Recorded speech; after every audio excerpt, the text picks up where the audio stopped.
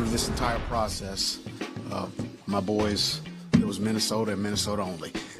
They didn't care about any of the other opportunities. Obviously, they're big Justin Jefferson fans, so when we accepted the position, there was a lot of gritty going on in my house. And I have my own version of the gritty that nobody probably wants to see here. Me and you both. Brian Flores, new defense coordinator of the Minnesota Vikings, introduced yesterday side by side with Kevin O'Connell. Great opportunity. Look, the personnel. I mean, unless Flores is going to go out there and play linebacker, he's limited by the quality of defensive players. So, what the heck? I had to turn that off. Somebody's calling. What in the world? All right, sorry. That's one of the problems. Yeah, I love it. It's on Zoom, baby, anyway. And he's getting calls. So anyway, the personnel is the problem in Minnesota. But the defensive system last year, the scheme last year was not good. And I've said this about other teams in the past, Chris. If the offense stays where it was and the defense gets just a little bit better, this is a team that could make it another level or two in the postseason before it all inevitably crashes down on their heads. Yeah, exactly. I think it's a great fit. I mean, damn, I think I'm going to have to start rooting for your Vikings. I just can't believe that because I'm such a big Brian Flores fan. And, of course, I already had respect for them. I like Kevin O'Connell. I do. So I think, one, it's great. You got two young guys, great energy, both sides of the ball.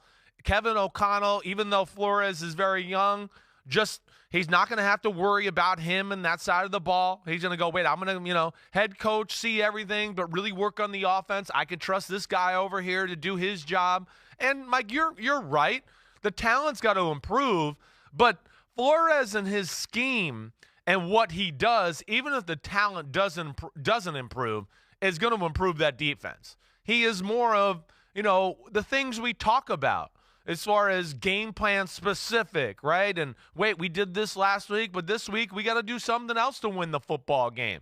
And able to think outside the box and do what's best for the group he has as far as the talent and what their strengths and weaknesses are. So I love the hire. I really do. And I think you got two top-notch young minds on both sides of the ball right now that make the Vikings dangerous for the foreseeable future. And then, like you said, you get a few players on the defensive side of the ball. They get some secondary guys, another big-time interior defensive lineman. They need that badly. I'd sit there and go, oh, the Vikings, watch out. Here they come. We'll see what they're able to do in free agency. They got some cap issues. They're going to have to part ways with some of their veteran players. Sounds like recognize names. It may be time to move on. Adam Thielen, Harrison Smith, they're guys who have been foundational players. They're going to have to take dramatic pay cuts, so the Vikings are going to have to move forward without them because they're going to have to pay Justin Jefferson. They got one more year with Kirk Cousins. I guess they could extend his contract again, or they can, commence the process of trying to find someone better. Good luck with that. You almost have to bottom out to even have a chance at finding someone better unless you're willing to make a big trade up into the top 10 like the Chiefs did to get Patrick Mahomes. And even then, it wasn't like he was widely regarded as a can't-miss guy. So you never know where the next great one's going to come from. No. But Kirk Cousins is only going to get you so far. And maybe you put enough of a team around him that he doesn't have to be the one to do the Patrick Mahomes type things to get you over the top. But they're 40-1, the Vikings are, for the Super Bowl championship this year. It seems a little low to me. Not that I think that they should be the favorites, but 40-1 seems a little low when you consider what they did last year. But a lot of people look at what they did last year and say it was fluky. They were winning close games.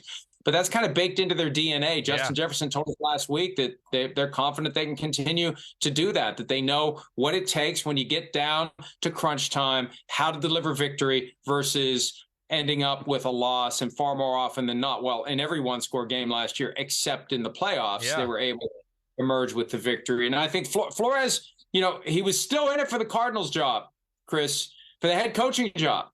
But with a year or two in Minnesota, he could put himself in position where he could go be a head coach somewhere else. Again, that lawsuit is still pending. It's still stuck on the question of whether it's going to be resolved in court or in the NFL's secret rig kangaroo court. it's amazing that issue more than a year later still hasn't been resolved. It just shows you how slowly things can move. At some point, there's going to be evidence developed, deposition testimony. People are going to be questioned under oath. There could be some ruffled feathers. And it's good that the Steelers gave him a job last year, that the Vikings gave him a job this year. But a lot of these owners are going to be inclined to turn the cold shoulder to a guy like Brian Flores for being regarded as a troublemaker, even though he's fully within his rights to pursue his rights under federal civil law.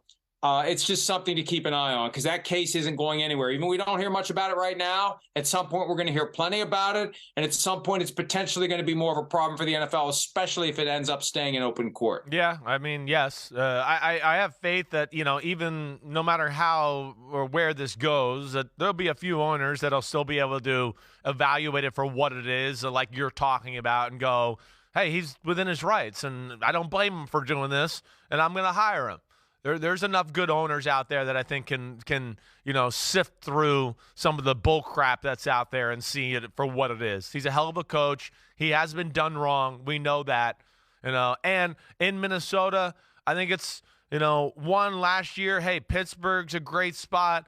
This to me, great spot. You got nowhere to go but up really with this defense. So that's a positive. Coaches always like that. And I think he gets a chance again to show how good of a defensive mind he is and propel himself back into that head coaching conversation. Getting back to Justin Jefferson, you have to buy him a gift. He wants a PC. How we working in that department? Offensive player of the year. Hey, Johnny, rundown. That's later in the show. Oh, I didn't even know.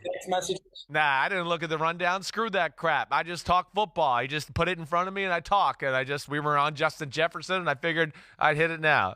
Hi, it's Mike Florio. Thanks for watching PFT on YouTube. Hit subscribe for the latest news and analysis from Pro Football Talk.